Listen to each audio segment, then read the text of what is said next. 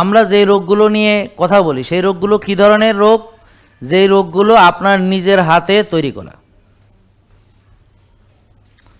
যেই রোগগুলো আপনি পৃথিবীতে নিয়ে আসেন নাই, কিন্তু আপনি তরুণ বয়সে এগুলো কিছু ছিল না, কিন্তু বয়স বাড়ার সাথে সাথে ওই যে আপনার খাওয়া দাওয়া, ওই যে আপনার ঘুম, ওই যে আপনার রাত জাগা, ওই যে আপনার টেনশন, অলসতা, বিলাসিতা, সময় নেই, অযত্ন, অবহেলা, নিজের প্রতি যত্ন নেই, নিজেকে সময় দেন না, এইভাবে দিন দিন একটা একটা করে সমস্যা তৈরি হয়েছে।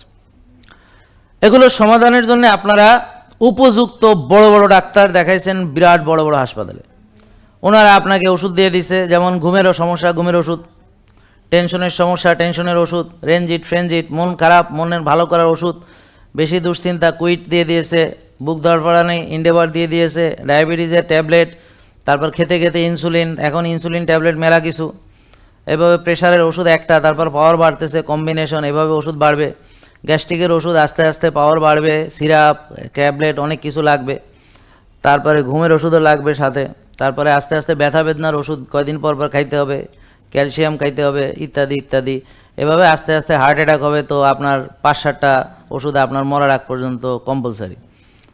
এভাবে আপনার চোখের জন্য আলাদা চোখের ডাক্তার দেখাতে হবে, লিভারের জন্য লিভারের ডাক্তার, কিডনির জন্য কিডনির ডাক্তার, পেটের জন্য পেটের ডাক্তার, আবার গিরা মাজা ব্যথা এর জন্য আবার ব্যথার ডাক্তার, আবার নার্ভের সমস্যা নার্ভের ডাক্তার, ব্রেনের সমস্যা ব্রেনের ডাক্তার। এইভাবে আপনি শুধু একটা ডাক্তারের থেকে আর একটা ডাক্তারের কাছে যাবেন, আর আপনি এই চেম্বার থেকে ওই চেম্বারে, এই লাথিকে এই চেম্বারে, ওই লাথিকে আর এক চেম্বারে, এইভাবে আপনার ফুটবলের মতো খেলবে। আর আপনি হলেন পণ্য, আপনি খালি এই ডাক্তার ওই ডাক্তার সেই doctor, file file file file, এইভাবে বাড়তে থাকবে। আপনার যদি বিশ্বাস না হয় দেখেন, যারা অলরেডি এভাবে চিকিৎসা করাচ্ছে সবার একই পরিণতি হয়েছে।